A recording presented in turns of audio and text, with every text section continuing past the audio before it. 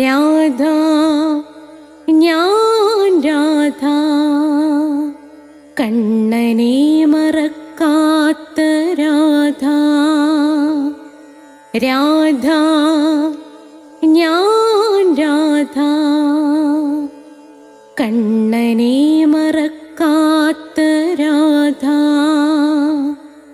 വൃന്ദാവനം നീ മറന്നോ, മധുരയെ നീ മറന്നോ. വൃന്ദാവനം നീ മറന്നോ, മധുരയെ നീ മറന്നോ.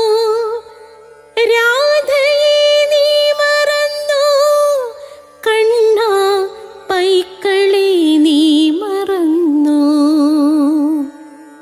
രാധയെ നീ മറന്നോ, കണ്ണാ പൈക്കളെ നീ മറന്നോ. രാധ രാധ രാധ രാധ മറന്നിട്ടും മറക്കാത്ത രാധ. മറന്നിട്ടും മറക്കാത്ത രാധ. രാധേ രാധേ രാധേ രാധേ മറന്നിട്ടും മറക്കാത്ത രാധ. മറന്നിട്ടും മറക്കാത്ത രാധ.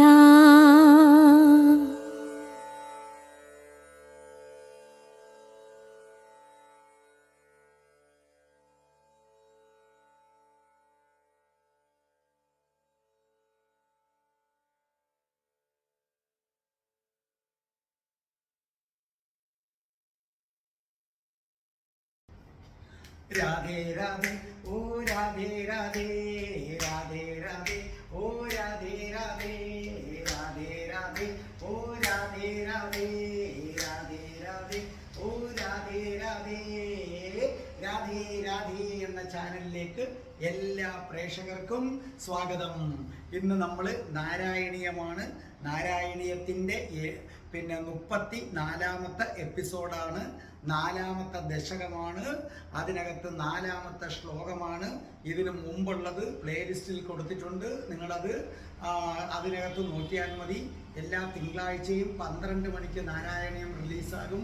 ചൊവ്വാഴ്ച 12 മണിക്ക് കൃഷ്ണന്റെ കാമുകിയായ രാധയുടെ ജനനം മുതൽ മരണം വരെയുള്ള കഥകളാണ്.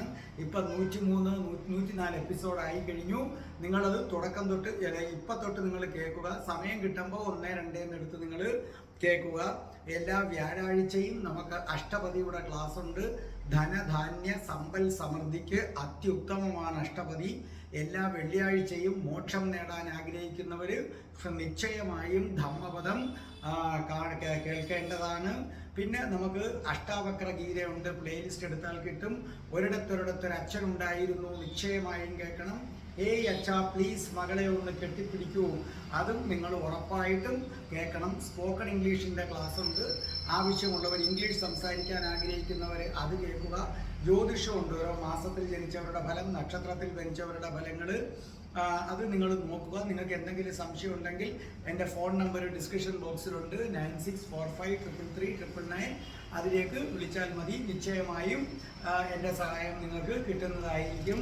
അപ്പോൾ നമുക്ക് പ്രാർത്ഥിച്ചിട്ട് തുടങ്ങാം. ഓം മഹാഗണപതയേ നമഃ. ഓം നമോ നാരായണായ. ഓം മണിപത്മേഹും. ഓം ശ്രീ രാധാകൃഷ്ണായ നമഃ. ഓം രാധായേ സ്വാഹ. രാധേ രാധേ ഓ രാധേ രാധേ രാധേ രാധേ ഓ രാധേ രാധേ രാധേ രാധേ ഓ രാധേ രാധേ രാധേ രാധേ ഓ രാധേ രാധേ രാധേ രാധേ ഓ രാധേ രാധേ രാധേ രാധേ ഓ രാധേ രാധേ. ബർസാനെ വാലി രാധാറാണി की जय. എൻ്റെ മാതാവ് രാധാറാണിക്ക് ജയ്. എനിക്ക് സർവൈശ്വര്യങ്ങളും വാരിക്കോരിത്തരുന്ന എൻ്റെ പൊന്ന് രാധാറാണി അമ്മക്ക് ജയ്. എനിക്ക് രോഗങ്ങൾ വരാതെ കാത്തുരക്ഷിക്കുന്ന രാധാറാണി അമ്മക്ക് ജയ്. എന്നെ സർവ്വ പാപങ്ങളിൽ നിന്നും മോചിപ്പിക്കുന്ന രാധാറാണി അമ്മക്ക് ജയ്. അപ്പം നമുക്ക് നാരായണീയമാണ്, 4ാമത്തെ ദശകമാണ്, 4ാമത്തെ ശ്ലോകമാണ്. ഇപ്പോൾ നിങ്ങൾക്കിടയിൽ തികച്ചും സുപരിചിതയായി മാറിയിരിക്കുന്ന നമ്മുടെ കൃഷ്ണശ്രീയാണ്. നമ്മുടെ പ്രിയപ്പെട്ട കൃഷ്ണശ്രീ അതിമനോഹരമായിട്ടാണ് ഇത് പാടിത്തരുന്നത്. ഞാൻ പറഞ്ഞല്ലോ, നമ്മുടെ സബ്സ്ക്രൈബേഴ്സ് പലരും എന്നെ വിളിച്ചിട്ട് പറയുന്നുണ്ട് കൃഷ്ണശ്രീ പാടുന്നത് കൊണ്ട് ഞങ്ങൾക്ക് ആ ഈണം വെച്ചിട്ട് ഇപ്പം നല്ല എളുപ്പമുണ്ട്, ഞങ്ങൾക്കിത് പാടാനും പഠിക്കാനും ഒക്കെ നല്ല എളുപ്പമുണ്ട്. എന്തായാലും സംഗീത ദേവത വിരൽ തൊട്ട് അനുഗ്രഹിച്ച കൃഷ്ണശ്രീ ഒരുപാട് ഒരുപാട് ഒരുപാട് നന്നായി വരട്ടെ. കൃഷ്ണശ്രീ പിന്നെ റേഡിയോയിലേക്ക് ആർട്ടിസ്റ്റ് പ്രോഗ്രാമാണ്, A ഗ്രേഡ്, നമ്പർ 1 ഗ്രേഡ് പ്രോഗ്രാമറാണ്. അതൊക്കെ ഞാൻ നേരത്തെ പറഞ്ഞിട്ടുണ്ട്. എന്ന് മാത്രമല്ല ഓൺലൈനിലൂടെ മ്യൂസിക് ക്ലാസ് നടത്തുന്നതാണ്. വിദേശ രാജ്യങ്ങളിലെ കുട്ടികൾ പോലും പഠിക്കുന്നുണ്ട്. കൃഷ്ണശ്രീയുടെ ഫോൺ നമ്പർ ഞാൻ എൻ്റെ ഡിസ്ക്രിപ്ഷൻ ബോക്സിൽ കൊടുക്കുന്നുണ്ട്. കഴിഞ്ഞ വട്ടം ഞാൻ വിട്ടുപോയതാണ്. വേണമെന്നവർ എന്നെ വിളിച്ചാലും കൃഷ്ണശ്രീയുടെ നമ്പർ ഞാൻ തരുന്നതാണ്. അപ്പോൾ കൃഷ്ണശ്രീ മോളെ വലിയ പാട്ടുകാരിയായി മാറട്ടെ. ഭഗവാൻ ശ്രീകൃഷ്ണനും രാധാദേവിയും അനുഗ്രഹിക്കട്ടെ. അപ്പം നമ്മുടെ കൃഷ്ണശ്രീ അതിമനോഹരമായിട്ട് പാടുകയാണ്. കേട്ടുകൊള്ളൂ നിങ്ങൾ നാരായണീയം. अस्फुटेव पुषिते प्रयत्नतो धारयेमधिषणां मुहुर्मुहुः तेन भक्तिरसमन्दरार्द्रता मुद्वहेम भवदं कृचिन्दका. അപ്പോൾ നമ്മുടെ കൃഷ്ണശ്രീ നന്നായി പാടിയത് നിങ്ങളെല്ലാവരും കേട്ടല്ലോ. അപ്പോൾ ഇനി ശ്രദ്ധിച്ച് നിങ്ങൾ കേട്ടുകൊള്ളുക. അപ്പോൾ സംഗീതമൊക്കെ പഠിക്കാൻ ആഗ്രഹിക്കുന്നവർ നമ്മുടെ കൃഷ്ണശ്രീയുടെ അടുത്ത് ചേര് കേട്ടെ. നന്നായിട്ട് നിങ്ങളെയൊക്കെ കൃഷ്ണശ്രീ എന്ത് ചെയ്തോളും, സംഗീതം പഠിപ്പിച്ചുകൊള്ളും. ഞാൻ എനിക്ക് പരിചയമുള്ളവരുടെ അടുത്തൊക്കെ പറയുന്നുണ്ട് കൃഷ്ണശ്രീയുടെ അടുത്ത് ചേർന്നുകൊള്ളാൻ. അപ്പോൾ ശ്രദ്ധിച്ചു കേട്ടോളണം. അപ്പോൾ ഇത് നമ്മൾ പഠിപ്പിക്കാൻ പോവുകയാണ്. അതിനു മുമ്പ് കഠിന കൃഷ്ണഭക്തനായിരുന്ന ഞാൻ എങ്ങനെ രാധാഭക്തനായെന്നൊരു വീഡിയോ ഉണ്ട്, നിശ്ചയമായും കാണണം. അതിൻ്റെ ലിങ്ക് വേണമെങ്കിൽ ഞാൻ അയച്ചു തരാം. പക്ഷെ നിങ്ങൾക്ക് അതിനകത്ത് കിട്ടും. ശ്രദ്ധിച്ചു കേട്ടോളണം. അസ്ഫുടേ വപുഷീതേ പ്രയത്നതോ ധാരയേമ ദിഷണാം മുഹുർമുഹു തേന ഭക്തിരസമന്തരാർദ്രത മുദ്വഹേമ ഭവധംഗ്രി ചിന്തക. കേട്ടല്ലോ. നിങ്ങൾ ഓരോന്നിൻ്റെയും അർത്ഥം എഴുതി വെച്ചുകൊള്ളൂ. ആദ്യം നിങ്ങൾ എഴുതിക്കൊള്ളൂ. അസ്ഫുടേ, അസ്ഫുടേ അവ്യക്തമായി, അസ്ഫുടേ അവ്യക്തമായി, അതായത് വ്യക്തത ഇല്ലാതെ. വപുഷി, വപുഷി അർത്ഥം എഴുതിക്കൂ, ശരീരം. വപുഷി അർത്ഥം എന്താണ്? ശരീരം. തേ, തേ ഭഗവാന്റെ, തേ എന്ന് പറഞ്ഞാൽ ഭഗവാന്റെ. നമ്മൾ നിന്തിരുവടിയുടെ എന്ന് പറയത്തില്ലേ, അതാണ് തേ, ഭഗവാന്റെ. പ്രയത്നതോ, പ്രയത്നതോ പരിശ്രമിച്ചിട്ട്, പ്രയത്നതോ പരിശ്രമിച്ചിട്ട്. ധാരയേമ, ധാരയേമ അർത്ഥം എഴുതിക്കൊള്ളൂ, ഉറപ്പിച്ചു കൊള്ളാം, ഉറപ്പിച്ചു കൊള്ളാം. ദിഷണാം, ദിഷണാം ബുദ്ധിയെ, ബുദ്ധിയെ. മുഹു, മുഹു അർത്ഥം വീണ്ടും വീണ്ടും. ചേർത്ത് എഴുതുമ്പോഴാണ് മുഹുർ എന്ന് വരുന്നത്. അല്ല നമ്മൾ പിരിച്ചെഴുതുമ്പോൾ മുഹു, മുഹു അർത്ഥം വീണ്ടും വീണ്ടും. തേന അർത്ഥം അതിനാൽ. ഭക്തിരസം അർത്ഥം ഭക്തിഭാവം.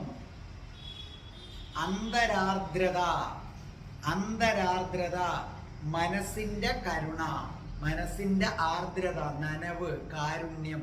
മനസ്സിലെ കാരുണ്യം എന്നാണ് അർത്ഥം. നിങ്ങൾ മനസ്സിൻ്റെ കാരുണ്യം എന്നർത്ഥം എഴുതി വെച്ചോ, മനസ്സിൻ്റെ കാരുണ്യം.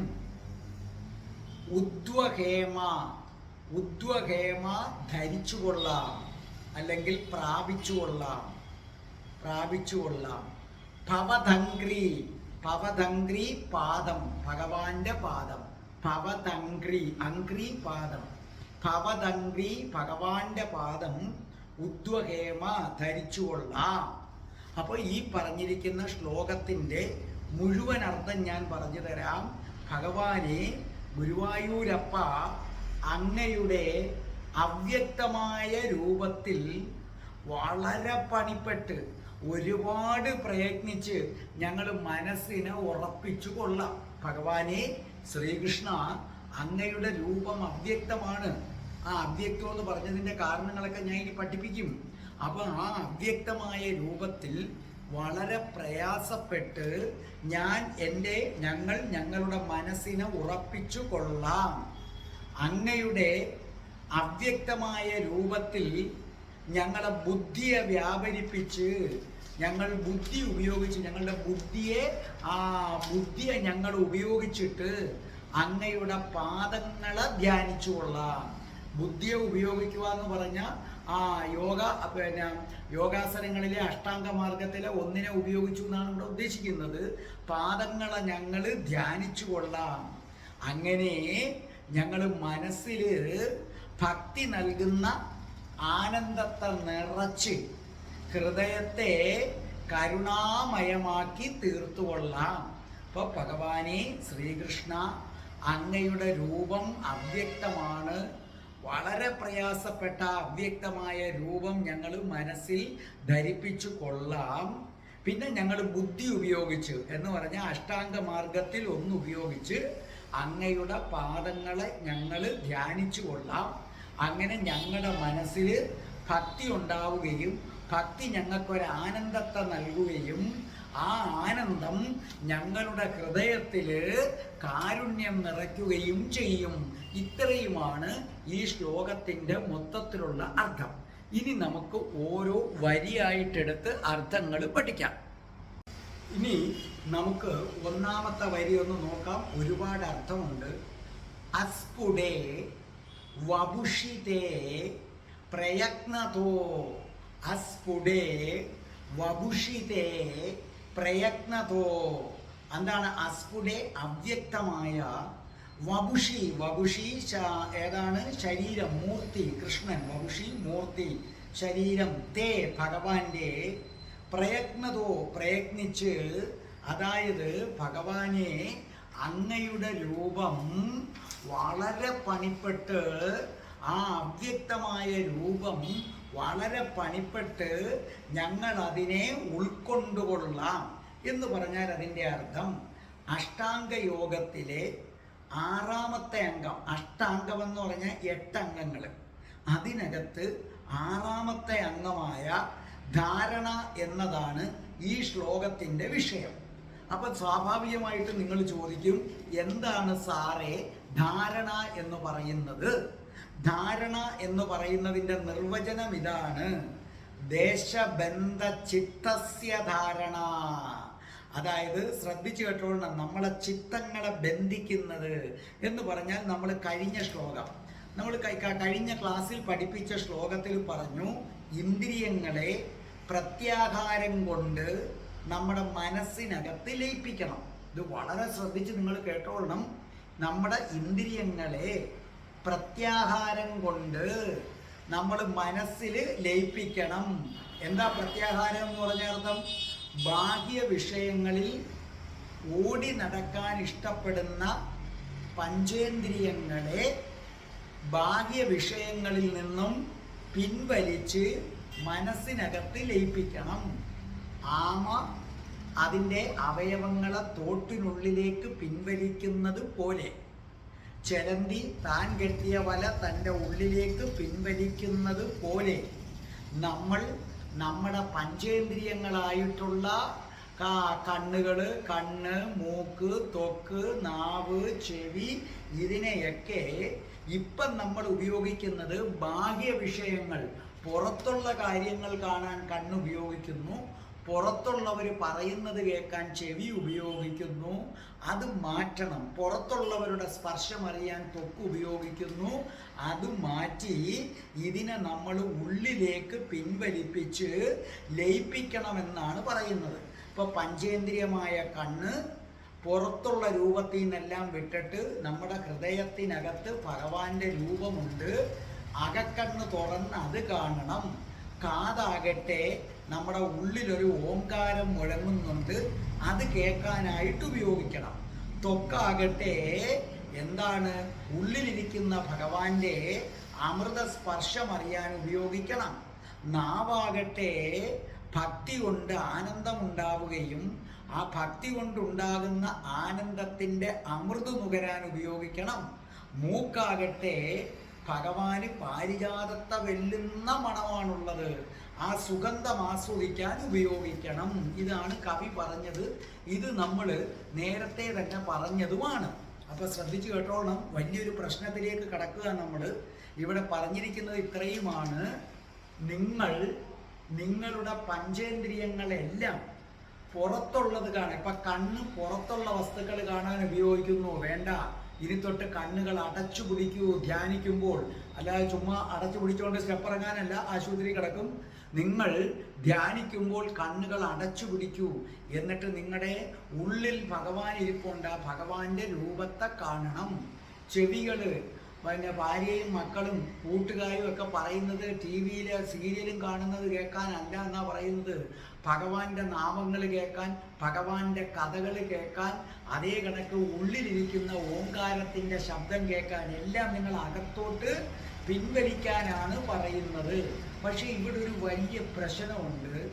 മനസ്സ് സഗുണമാണ്, ഭഗവാന്റെ രൂപമാകട്ടെ നിർഗുണവുമാണ്. ഇത് നിങ്ങൾ വളരെയധികം ശ്രദ്ധിക്കേണ്ട ഒരു കാര്യമാണ്. അതായത് ശ്രദ്ധിച്ചു കേട്ടോളണം. മനസ്സ് സഗുണമാണ് എന്ന് പറഞ്ഞാൽ മനസ്സിനെ സംബന്ധിച്ചിടത്തോളം അത് രൂപത്തിൽ അധിഷ്ഠിതമാണ്. അതേസമയം ഭഗവാനാകട്ടെ രൂപം ഇല്ലാത്ത ആളുമാണ്. അപ്പൊ ഞാൻ പറഞ്ഞത് നല്ലതുപോലെ മനസ്സിലായില്ലേ? മനസ്സെന്ന് പറഞ്ഞാൽ സഗുണം. മനസ്സിനൊരു രൂപം വേണം. ഇപ്പൊ ഉദാഹരണമായിട്ട് നിങ്ങൾ ആപ്പിൾ എന്ന് കേൾക്കുന്നു, ഉടനെ നിങ്ങൾക്കൊരു രൂപം ഓർമ്മ വരും, ഇല്ലേ? മേശ എന്ന് കേൾക്കുന്നു, ഉടനെ നിങ്ങൾക്കൊരു രൂപം എന്ത് ചെയ്യും? ഓർമ്മ വരും. അപ്പൊ ആപ്പിൾ എന്ന് കേട്ടാൽ ഒരു രൂപം ഓർമ്മ വരും, നിങ്ങൾ മേശ എന്ന് കേട്ടാൽ ഒരു രൂപം ഓർമ്മ വരും. ഇത് കാണുന്നവർക്ക് ദിലീപ് സാർ എന്ന് കേട്ടാൽ ഓർമ്മ വരും, നരേന്ദ്രമോദി എന്ന് കേട്ടാൽ ഒരു രൂപം. അപ്പൊ രൂപമില്ലാതെ മനസ്സിന് നിലനിൽക്കാൻ പറ്റില്ല. അപ്പൊ രൂപത്തിൽ അധിഷ്ഠിതമാണ് മനസ്സ്. പക്ഷെ ഭഗവാൻ എന്ന് പറഞ്ഞാൽ ബ്രഹ്മമാണ്, ബ്രഹ്മത്തിന് രൂപമില്ല. അപ്പൊ രൂപത്തെ മാത്രം കണ്ടു വളർന്ന മനസ്സിനെ രൂപമില്ലായ്മയിൽ എങ്ങനെ ഉറപ്പിക്കും? ഇത് വളരെ ഒരു ചോദ്യമാണ്. നമുക്ക് എന്ത് കേട്ടാലും ഒരു രൂപം വരും നമുക്ക്, അല്ലേ? ദോശയെന്ന് കേട്ടാൽ ഉടനെ ഒരു രൂപം വരും, കട്ടിലെന്ന് കേട്ടാൽ ഉടനെ ഒരു രൂപം വരും. അപ്പൊ രൂപങ്ങളിൽ ഇങ്ങനെ രമിച്ചുകൊണ്ടിരിക്കുന്ന മനസ്സിനെ രൂപമില്ലാത്ത ബ്രഹ്മത്തിൽ നമുക്ക് ഉറപ്പിക്കാൻ പ്രയാസമാണ്. ഇത് നമ്മുടെ ഋഷീശ്വരന്മാര് മനസ്സിലാക്കി. ഋഷീശ്വരന്മാര് മനസ്സിലാക്കിയിട്ട് എന്തു ചെയ്തു? രൂപത്തെ രൂപം കൊണ്ട് മാത്രമേ ഗ്രഹിക്കാൻ കഴിയൂ. അതുകൊണ്ട് രൂപമില്ലാത്ത ബ്രഹ്മത്തിന് ഒരു രൂപമുണ്ടാക്കി ഋഷീശ്വരന്മാര്. അപ്പൊ നിർഗുണമായ ബ്രഹ്മത്തെ ഋഷീശ്വരന്മാര് സഗുണമാക്കി മാറ്റി എന്നൊക്കെ പറയും. നിങ്ങൾക്ക് മനസ്സിലാകാൻ അമ്മമാരെ, രൂപമില്ലാത്ത ബ്രഹ്മം, ആ ബ്രഹ്മത്തിന് നമ്മളൊരു രൂപം കൽപ്പിച്ചു കൊടുത്തു എന്നാണ് ഞാൻ പറഞ്ഞത്. മനസ്സിലായി? നമുക്ക് മനസ്സിലാകാൻ ഒരു രൂപം വേണം. അതുകൊണ്ടല്ലേ നമ്മൾ യക്ഷി എന്ന് പറയുമ്പോൾ നമ്മൾ വെള്ള സാരിയും വെള്ള ബ്ലൗസും ഒക്കെ ഉടുത്തൊരു രൂപം, പല്ലൊക്കെ ഇങ്ങനെ യഥാർത്ഥത്തിൽ ചാടി, അങ്ങനെ ഒരു രൂപം. പക്ഷെ അതിൽ ഒതുക്കാവുന്ന ഒന്നല്ല അതെന്ന് പറയുന്നത്. യക്ഷി എന്ന് പറഞ്ഞാൽ വെള്ള സാരി ഉടുക്കാൻ ശരീരം ഉണ്ടെങ്കിലല്ലേ സാരി ഉടുക്കാൻ പറ്റും. ശരീരമില്ലാതെ അങ്ങനെ സാരി ഉടുക്കാൻ പറ്റും.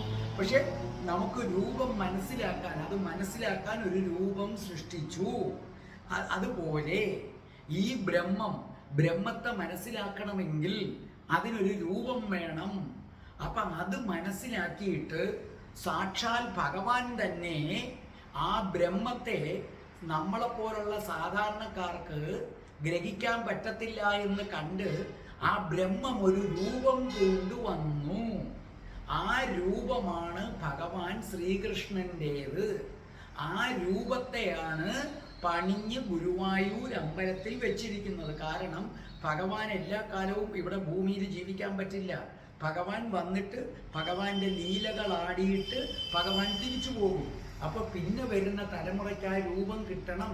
അതിന് ഗുരുവായൂർ അമ്പലത്തില് ബ്രഹ്മത്തിന് രൂപമുണ്ടാക്കി ആ രൂപം അവിടെ പ്രതിഷ്ഠിച്ചിരിക്കുന്നു. ഇവിടെയാണ് ഹിന്ദുക്കളും മുസ്ലിങ്ങളും തമ്മിലുള്ള ഒരു വ്യത്യാസം. മുസ്ലിങ്ങൾ രൂപമില്ലായ്മ പറയുന്നു, ഹിന്ദുക്കളും അത് തന്നെ പറയുന്നത് രൂപമില്ലായ്മ. പക്ഷെ ഹിന്ദുക്കൾ പറയുന്നത് ഒറ്റയടിക്ക് രൂപമില്ലായ്മയിൽ പോവുക പാടാണ്. രൂപമില്ലായ്മ MA ക്ലാസ്സാണ്. ആദ്യം നമ്മൾ പ്രീ ഡിഗ്രിയും പഠിച്ചിട്ട് വേണം MAക്ക് കയറാൻ. അപ്പം അതുകൊണ്ട് നമ്മൾ പതുക്കെ രൂപം ധ്യാനിച്ച് പിന്നെ രൂപമില്ലായ്മയിലേക്ക് നമ്മൾ പോലും അറിയാതെ പൊയ്ക്കൊള്ളും. അതുകൊണ്ട് ശ്രദ്ധിച്ചു കേൾക്കുക. മനസ്സെന്ന് പറയുന്നതിന് ഒരു രൂപം വേണം. ഇതില്ലെങ്കിൽ മനസ്സിന് രൂപമില്ലാത്ത ബ്രഹ്മത്തെ ഉൾക്കൊള്ളാൻ പറ്റില്ല എന്ന് മനസ്സിലാക്കിയിട്ട് ബ്രഹ്മം ഒരു രൂപം കൊണ്ടുവന്നു. ആ രൂപമാണ് ഗുരുവായൂരപ്പൻ ശ്രീകൃഷ്ണൻ. കൃഷ്ണൻ ലീലകളാടി തിരിച്ചുപോയി. അപ്പൊ ഇനി വരുന്ന തലമുറയ്ക്ക് ആ രൂപം ധ്യാനിക്കാൻ വേണം. അപ്പൊ ഋഷീശ്വരന്മാര് ആ രൂപം നല്ല ഒന്നാന്തരം ശിലയാക്കി ഗുരുവായൂർ അമ്പലത്തിൽ വെച്ചിരിക്കുന്നു. അപ്പം നമുക്ക് എളുപ്പമായി കഴിഞ്ഞു. രൂപത്തിൽ അധിഷ്ഠിതമായ മനസ്സിന് ഇതാ രൂപത്തിൽ അധിഷ്ഠിതമായ ബ്രഹ്മം നിൽക്കുന്നു. ക്ലിയർ ആയല്ലേ? രൂപത്തിൽ അധിഷ്ഠിതമായ മനസ്സിന് രൂപത്തിൽ അധിഷ്ഠിതമായ ബ്രഹ്മം നിൽക്കുന്നു. ഇനി നമുക്ക് ഭഗവാനെ എന്ത് ചെയ്യാം? ഭഗവാൻ ശ്രീകൃഷ്ണനെ നമുക്കിനി അങ്ങ് ധ്യാനിക്കാം. ഗുരുവായൂർ അമ്പലത്തിൽ പോയിട്ട് ആ രൂപം ഇങ്ങനെ മനസ്സിലേക്ക് അങ്ങ് ആവാഹിച്ച് അങ്ങോട്ടങ്ങ് എടുക്കുക. എടുത്തിട്ട് അങ്ങോട്ട് റൂമിലേക്ക് പോയിട്ട് കുറേ നേരം ആ രൂപത്തെ ഇങ്ങനെ ധ്യാനിക്കുക. അപ്പോൾ ആ രൂപം നീല കാർവർണ്ണനുണ്ടല്ലോ, അങ്ങനെ തെളിഞ്ഞങ്ങനെ നിൽക്കും. ആ നീല കാർവർണ്ണനെ ധ്യാനിച്ച് വന്നാൽ ധ്യാനത്തിൻ്റെ ഒരു ഘട്ടത്തിൽ നമുക്കും തോന്നും നമ്മുടെ ശരീരം നീലയായി മാറുന്നത് പോലെ നമുക്ക് തോന്നും. അങ്ങനെ തോന്നണം, അങ്ങനെ തോന്നിപ്പിക്കണം അമ്മമാരെ. കേട്ടല്ലോ? ഇനി നമുക്ക് രണ്ടാമത്തെ വരിയാണ് ധാരയേമ ദിഷണാം മുഹുർമുഹു. ധാരയേമ ഉറപ്പിച്ചുകൊള്ളാം, ദിഷണാം ബുദ്ധിയെ, മുഹു വീണ്ടും വീണ്ടും. അതായത് ഭഗവാനെ ബുദ്ധിയെ വ്യാപിപ്പിച്ച് അങ്ങയുടെ രൂപം മനസ്സിൽ ഉറപ്പിച്ചെന്ത് ചെയ്തു കൊള്ളാം? ധ്യാനിച്ചു കൊള്ളാം. അതായത് നമ്മൾ ധ്യാനത്തിൻ്റെ തുടക്കത്തിലൊക്കെ നമുക്ക് വളരെ അവ്യക്തമായി മാത്രമേ ഭഗവാന്റെ രൂപം നമ്മുടെ മനസ്സിൽ തെളിയുകയുള്ളൂ. നിങ്ങൾ ധ്യാനിക്കാനായിട്ട് തുടങ്ങിക്കഴിഞ്ഞാൽ തുടക്കത്തിൽ തന്നെ ഭഗവാന്റെ രൂപം മുഴുവനായിട്ടും നിങ്ങൾക്ക് ഹൃദയത്തിൽ ഉറപ്പിക്കാൻ പറ്റില്ല. അങ്ങനെ ഹൃദയത്തിൽ ഉറപ്പിക്കണമെങ്കിൽ നമ്മൾ ബുദ്ധിയെ വ്യാപരിപ്പിക്കുന്നു. ബുദ്ധിയെ വ്യാപരിപ്പിക്കുക എന്ന് പറഞ്ഞു കഴിഞ്ഞാൽ പ്രാണായാമം ചെയ്യുന്നു, ഓംകാരം ധ്യാനിക്കുന്നു, ഇന്ദ്രിയങ്ങളെ നിഗ്രഹിക്കുന്നു, അല്ലേ? പഞ്ചേന്ദ്രിയങ്ങളെ നിഗ്രഹിക്കുന്നു. അങ്ങനെ മനസ്സിനെ ശുദ്ധമാക്കുന്നു. ആ ശുദ്ധമായ മനസ്സിലാണ് ഏതാണ് ഭഗവാന്റെ രൂപം ഒരുവിധം തെളിഞ്ഞു വരുന്നത്. പക്ഷെ അനായാസമായിട്ട് എന്ത് ചെയ്യില്ല? തെളിഞ്ഞ് വരികയില്ല എന്നുള്ളതാണ് അതിൻ്റെ സത്യം. അപ്പൊ ശ്രദ്ധിച്ചു കേൾക്കുക. നിങ്ങൾ ധ്യാനിക്കുന്ന അവസരത്തിൽ ഒരിക്കലും വിഷമിക്കരുത്. ധ്യാനിക്കുമ്പോൾ ഭഗവാന്റെ രൂപം ആദ്യം വ്യക്തമായും തെളിയുകയില്ല. അങ്ങനെ തെളിയണമെങ്കിൽ നമ്മൾ പ്രാണായാമം ചെയ്യണം. പിന്നെ നമ്മൾ എന്ത് ചെയ്യണം? ഓംകാരം, ഇല്ലേ? ഓമിനെ നമ്മൾ ധ്യാനിക്കണം. പിന്നെ പഞ്ചേന്ദ്രിയങ്ങളെ നമ്മൾ എന്ത് ചെയ്യണം? പഞ്ചേന്ദ്രിയങ്ങളെ നിയന്ത്രിക്കണം. അത്രയും ചെയ്യുമ്പോൾ മനസ്സ് ശുദ്ധമാകും. ആ ശുദ്ധമാകുന്ന മനസ്സിൽ പോലും അങ്ങനെ അനായാസേന ഭഗവാൻ വരില്ല. പിന്നെയോ വീണ്ടും വീണ്ടും നമ്മൾ ഈ ധ്യാനം ശീലമാക്കണം. അങ്ങനെ ധ്യാനിച്ച് ധ്യാനിച്ച് ധ്യാനിച്ച് ധ്യാനിച്ച് ഒരു ഘട്ടം വരുമ്പോൾ ഭഗവാൻ പതുക്കെ പതുക്കെ തെളിഞ്ഞു വരും. പക്ഷേ നേരത്തെ ചോദിക്കുന്ന കണക്ക് അമ്മമാര് പറയും, മക്കളെ ഞങ്ങൾ ഈ വയസ്സാം കാലത്തിന് ഇന്ദ്രിയ നിഗ്രഹവും പ്രാണായാമവും ഒക്കെ എങ്ങനെ ചെയ്യും മക്കളെ എന്ന് ചോദിച്ചാൽ വിഷമിക്കണ്ടമ്മേ. ഇത് ഭക്തിമാർഗത്തിൽ പോന്ന പല വഴികളിൽ ഒന്നാണ്. അമ്മമാർക്ക് ഏറ്റവും എളുപ്പം ഭക്തി തന്നെയാണ്. അമ്മമാര് കണ്ണനെ സ്വന്തം മകനായി കരുത്. ഏത് സമയത്തും കണ്ണനെ മോനെ എന്ന് വിളിക്ക്. മോനെ, കണ്ണാ, അമ്മയ്ക്ക് വയ്യട കള്ള, ഓടി വാടാ കള്ള. കണ്ണനെ നിങ്ങൾ ദൈവമായി കണ്ട മോനായി കാണമ്മമാരെ. എന്നിട്ട് നിങ്ങൾക്ക് വയ്യാത്തപ്പോ നിങ്ങൾ പറ, കണ്ണാ കണ്ണാ മോനെ നീ എവിടെ പോയി? അമ്മയ്ക്ക് വയ്യട കണ്ണാ, അമ്മയ്ക്ക് വയ്യട കള്ള, ഓടി വാ. ഇങ്ങനൊന്ന് പറഞ്ഞു നോക്കെ, ഓടി എന്ന് വരും. ആ രോഗമൊക്കെ ഡിം ഡിം ഡിം എന്നും പറഞ്ഞ് അങ്ങോട്ട് ഇല്ലാതാകും. എന്താവശ്യം വന്നാലും കണ്ണനെ ഇങ്ങനെ വിളിച്ചാൽ മതി, മോനെ അമ്മയ്ക്ക് ഇപ്പൊ ഇന്ന കണക്കൊക്കെ പൈസയുടെ ആവശ്യമുണ്ട് മോനെ. എവിടെ മോനെ? അമ്മ എന്ത് ചെയ്യും മോനെ? എൻ്റെ കണ്ണനല്ലേ, അമ്മയെ ഒന്ന് സഹായിരും മോനെ എന്ന് പറഞ്ഞാൽ ആ സഹായം വന്നിരിക്കും. അതുകൊണ്ട് അമ്മമാരിതൊന്നും കേട്ട് പേടിക്കണ്ട. ഞാൻ പട്ടതിരിപ്പാട് എഴുതി വെക്കുന്നത് ആ ബുദ്ധി ഉപയോഗിച്ചുള്ള കാര്യം പഠിപ്പിക്കുന്നു എന്ന് മാത്രം. അമ്മമാരെല്ലാം കണ്ണനെ സ്വന്തം മകനായി കണ്ടിട്ട് ആ സ്വാതന്ത്ര്യം നിങ്ങൾ എടുത്തുകൊള്ളൂ, കണ്ണൻ വന്നിരിക്കും. അപ്പോൾ നമുക്ക് മൂന്നാമത്തെ വരിയിലേക്ക് വരാം. തേന ഭക്തിരസ മന്ദരാർദ്രത. തേന അതിനാൽ, ഭക്തിരസം ഭക്തിഭാവം, അന്തരാർദ്രത നമ്മുടെ മനസ്സിനെ ആർദ്രത നനവുള്ളതാക്കി തീർക്കും. അതായത് നിങ്ങൾക്ക് ഗുരുവായൂരപ്പനിൽ ഭക്തി ഉണ്ടായി കഴിയുമ്പോൾ, നമ്മൾ ധ്യാനത്തിലിരിക്കുമ്പോൾ ഗുരുവായൂരപ്പൻ്റെ രൂപം പെട്ടെന്നൊന്നും തെളിയത്തില്ല. പതുക്കെ പതുക്കെ പതുക്കെ നമ്മുടെ ഹൃദയത്തിൽ തെളിഞ്ഞു വരും. അങ്ങനെ തെളിഞ്ഞു വരുന്നതിനനുസരിച്ച് നിങ്ങളുടെ ഹൃദയത്തിൽ കരുണ നിറഞ്ഞ് വരും. അപ്പം നിങ്ങളുടെ ഹൃദയത്തിൽ സമഭാവന വ്യാപിച്ചു വരും എന്ന് പറഞ്ഞാൽ അതിൻ്റെ അർത്ഥം, ഗുരുവായൂരപ്പൻ അങ്ങോട്ട് മനസ്സിൽ ഉറച്ചു കഴിഞ്ഞാൽ, ഗുരുവായൂരപ്പൻ്റെ രൂപം അങ്ങോട്ട് മനസ്സിൽ തെളിഞ്ഞു കഴിഞ്ഞാൽ, ഹൃദയത്തിൽ ഭക്തിരസം ആറാടി കഴിയുന്നതോടുകൂടി ഈ പ്രപഞ്ചത്തിൽ കാണുന്ന എല്ലാവരെയും സ്നേഹിക്കാൻ പറ്റും. നിങ്ങളുടെ മകനൊരാപത്ത് വന്നാൽ നിങ്ങളുടെ മനസ്സ് പെടയുന്നത് പോലെ, നിങ്ങളുടെ വീട്ടിൽ ഓടിക്കളിക്കുന്ന പല്ലിക്കുഞ്ഞിനൊരാപത്ത് വന്നാലും നിങ്ങളുടെ മനസ്സ് പെടയും. നിങ്ങളുടെ വീട്ടിൽ നിൽക്കുന്ന ഒരു വൃക്ഷം അതൊരു കാറ്റത്തൊടിഞ്ഞു വീണാലും നിങ്ങളുടെ ഹൃദയം പെടയും. എന്ന് പറഞ്ഞാൽ ഈ ലോകത്തെ മനുഷ്യരും ഗുരുവായൂരപ്പനാണ്, മൃഗങ്ങളും ഗുരുവായൂരപ്പനാണ്, പക്ഷികളും ഗുരുവായൂരപ്പനാണ്, സസ്യങ്ങളും ഗുരുവായൂരപ്പനാണ്, പുല്ല് ഗുരുവായൂരപ്പനാണ്, പുഴു ഗുരുവായൂരപ്പനാണ്, സർവ്വതും ഗുരുവായൂരപ്പനാണ്. ഒരു പൂവ് കൊഴിഞ്ഞു വീണാൽ പോലും നിങ്ങളുടെ ഹൃദയം വേദനിക്കും. അതുകൊണ്ടല്ലേ ഒരു സന്യാസ തുല്യമായ കവി കുമാരനാശാൻ ഒരു പൂ പൊഴിഞ്ഞു വീണപ്പോൾ ഉടനെ അതിനെക്കുറിച്ച് ഒരു കവിത അങ്ങ് എഴുതിയില്ലേ? അത് ഈ സന്ദർഭത്തിൽ വളരെ ഓർക്കേണ്ടതാണ് അല്ലേ? ആ പുഷ്പമേ അഖില തുംഗപദത്തിലെത്ര ശോഭിച്ചിരുന്നതൊരു യാജ്ഞി കണക്കേ നീ, ശ്രീഭൂവില സ്ഥിരമസംശയമിന്നു നിന്റെ ആ ഭൂതി എന്ന് പുനരിഞ്ഞു കിടപ്പിതോർത്താൽ. ആ പുഷ്പമേ അഖില തുംഗപദത്തിലെത്ര ശോഭിച്ചിരുന്നിതൊരു രാജ്ഞി കണക്കേ നീ. അല്ലയോ പൂവേ, അങ്ങ് ഉന്നതങ്ങളിൽ ഒരു രാജ്ഞിയെ പോലെ നീ ശോഭിച്ചിരുന്നു. ആ പുഷ്പമേ അഖില തുംഗപദത്തിലെത്ര ശോഭിച്ചിരുന്നിതൊരു രാജ്ഞി കണക്കേ നീ. ശ്രീഭൂവിൽ അസ്ഥിരം, ശ്രീ ഐശ്വര്യം, ഭൂവ് ഭൂമിയിൽ അസ്ഥിരമാണെന്ന് മനസ്സിലാക്കുക. ഇന്ന് നിന്റെ ആ ഭൂതി, ആ തിളങ്ങി നിന്ന ഭാവം എവിടെ? ഈ കിടത്ത കണ്ടാൽ എവിടെ? കുമാരനാശാന്റെ ഈ കവിത ഇത് കേട്ടുകൊണ്ടിരിക്കുന്ന ഓരോരുത്തരും വിചാരിക്കുക, ഒരു റോസാപ്പൂ അങ്ങനെ വിരിഞ്ഞ് നിൽക്കുമ്പോൾ രാജ്ഞിയാണ്.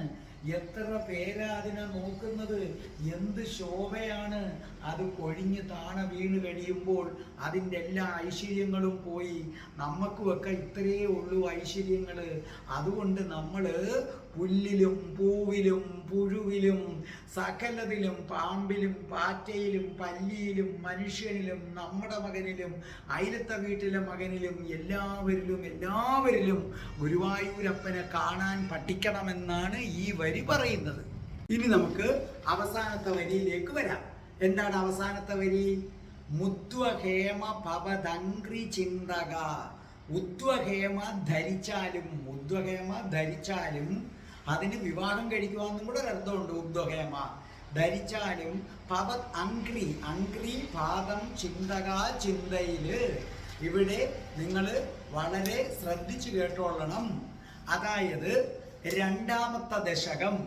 രണ്ടാമത്തെ ദശകത്തില് സാക്ഷാൽ ഭട്ടതിരിപ്പാട് ഭഗവാന്റെ രൂപം 1-ാമത്തെ ശ്ലോകം മുതൽ അതിമനോഹരമായി വർണ്ണിച്ചു തന്നിട്ടുണ്ട്.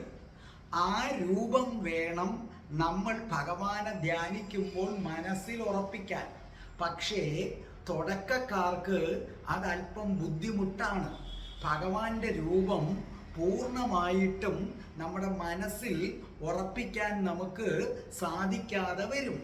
അങ്ങനെ വരുന്നുണ്ടെങ്കിൽ നിങ്ങൾ വിഷമിക്കണ്ട എന്നും അതിന് മറ്റൊരു ഉപായമുണ്ടെന്നും ഭട്ടതിരിപ്പാട് പറഞ്ഞു തരുന്നു. അതാണ് അംഘ്രിയ ധ്യാനിക്കുക. അംഘ്രി എന്ന് പറഞ്ഞാൽ ഭഗവാന്റെ പാദം. അപ്പം നിങ്ങൾ വിഷമിക്കണ്ട. ഭഗവാന്റെ പാദം, ആ പാദം മാത്രമായിട്ട് മനസ്സിൽ വയ്ക്കുക. അല്ലാതെ നമുക്ക് മൊത്തം തെളിഞ്ഞു വരുന്നില്ലെങ്കിൽ ആദ്യം പാദം മാത്രം മനസ്സിൽ വെച്ച് ധ്യാനിക്കുക. അങ്ങനെ പാദം മനസ്സിൽ വെച്ച് ധ്യാനിച്ചു കഴിയുമ്പോൾ പതുക്കെ ഭഗവാന്റെ മറ്റു ഭാഗങ്ങളും തെളിഞ്ഞു വരികയും ഈ പാദധ്യാനം ഭഗവാന്റെ മുഴുവൻ ശരീരവും തെളിഞ്ഞുള്ള ഒരു ധ്യാനത്തിലേക്ക് വ്യാപിക്കുകയും ചെയ്യും. അപ്പൊ ഇവിടെ ഭഗവാന്റെ രൂപത്തെ ഉദ്ഭവിക്കുക എന്ന് പറഞ്ഞാൽ എന്താ? കല്യാണം കഴിക്കുക എന്നൊരു അർത്ഥമുണ്ട്. അപ്പൊ നമ്മൾ ഒരാളെ കല്യാണം കഴിച്ചാൽ, ഇപ്പൊ പുരുഷൻ സ്ത്രീയെ കല്യാണം കഴിച്ചാൽ അതിൻ്റെ അർത്ഥം ആ സ്ത്രീയെ ജീവിതകാലം മുഴുവൻ തന്നോടൊപ്പം കൊണ്ടു നടക്കുക. സ്ത്രീ ആണെങ്കിൽ ഭർത്താവിനോടൊപ്പം ജീവിതകാലം മൊത്തം നടക്കുക. അതുപോലെ നമ്മൾ ഭഗവാന്റെ ഭാവമാകുന്ന ഭക്തിരസം. അപ്പൊ നമ്മൾ എന്താ ചെയ്യേണ്ടത്? നിങ്ങൾ വിവാഹം കഴിക്കേണ്ടത് യഥാർത്ഥത്തിൽ ആരെയാകുന്നു? ഭക്തിയെ വിവാഹം കഴിക്കണം. ഭക്തിയെ വിവാഹം കഴിച്ചു കഴിഞ്ഞാൽ നിങ്ങൾ പോകുന്നിടത്തൊക്കെ ഭക്തി നിങ്ങളുടെ കൂടെ ഉണ്ടാകും, ജീവിതകാലം മുഴുവനും ഉണ്ടാകും. ആ ഭക്തിയെ വിവാഹം കഴിക്കാൻ ഏറ്റവും നല്ല മാർഗമാണ് പാദത്തെ ധ്യാനിക്കുക എന്ന് പറയുന്നത്. ആ പാദത്തെ ധ്യാനിച്ചാൽ പതുക്കെ ഭഗവാന്റെ കേശാദിപാദം തെളിഞ്ഞു വരും. ആ ഭഗവാന്റെ കേശാദിപാദം നമ്മുടെ ഹൃദയത്തിൽ അങ്ങനെ തെളിയണമെങ്കിൽ തുടക്കം ശിരസിൽ നിന്നോ ഉടലിലെ മറ്റു ഭാഗങ്ങളിൽ നിന്നോ അല്ല, പാദം. നിങ്ങൾ ഓർമ്മിക്കണം, രാധാറാണിക്ക് നമ്മൾ പാദത്തിൽ നിന്നാണ് ധ്യാനം തുടങ്ങുന്നത്. അങ്ങനെ പാദത്തെ ധ്യാനിച്ച് നിങ്ങൾ കേശാദിപാദം കാണുവാനിടവരും. അങ്ങനെ വന്നാണ് ഇല്ലേ, അതിനെക്കുറിച്ച് മനോഹരമായിട്ട് നമ്മുടെ പി ഭാസ്കരൻ മാഷ് പറഞ്ഞിട്ടുണ്ട്. കേശാദിപാദം തൊഴുന്നേൻ കേശവ, കേശാദിപാദം തൊഴുന്നേൻ. പീലിച്ചുരുൾ മുടിയും നീലത്തിരുവുടലും, പീലിച്ചുരുൾ മുടിയും നീലത്തിരുവുടലും, പാലത്തൊടു കുറിയും താണു തൊഴുന്നേൻ കേശാദിപാദം തൊഴുന്നേൻ. കേശവ, കേശാദിപാദം തൊഴുന്നേൻ. മകരകുണ്ടലമിട്ട മലർക്കാത് തൊഴുന്നേൻ, മകരകുണ്ടലമിട്ട മലർക്കാത് തൊഴുന്നേൻ. കുടിലകുണ്ടലം പാറും കുളിർനെറ്റി തൊഴുന്നേൻ, കരുണതൻ കടലായ കടമിഴി തൊഴുന്നേൻ അരുണകിരണമണി മുഖപത്മം തൊഴുന്നേൻ കേശാദിപാദം തൊഴുന്നേൻ കേശവ കേശാദിപാദം തൊഴുന്നേൻ പീലിച്ചുരുൾ മുടിയും നീലത്തിരൂകുടലും കാലത്തൊടു കുറിയും താണു തൊഴുന്നേൻ കേശാദിപാദം തൊഴുന്നേൻ കേശവ കേശാദിപാദം തൊഴുന്നേൻ രാധേ രാധേ ഓ രാധേ രാധേ രാധേ രാധേ ഓ രാധേ രാധേ രാധേ രാധേ ഓ രാധേ രാധേ രാധേ രാധേ ഓ രാധേ രാധേ രാധേ രാധേ ഓ രാധേ രാധേ രാധേ രാധേ ഓ രാധേ രാധേ. ഓം ശ്രീം ഹ്രീം ക്ലീം ഐം രം രാസേശ്വരി രാധികായേ സ്വാഹ.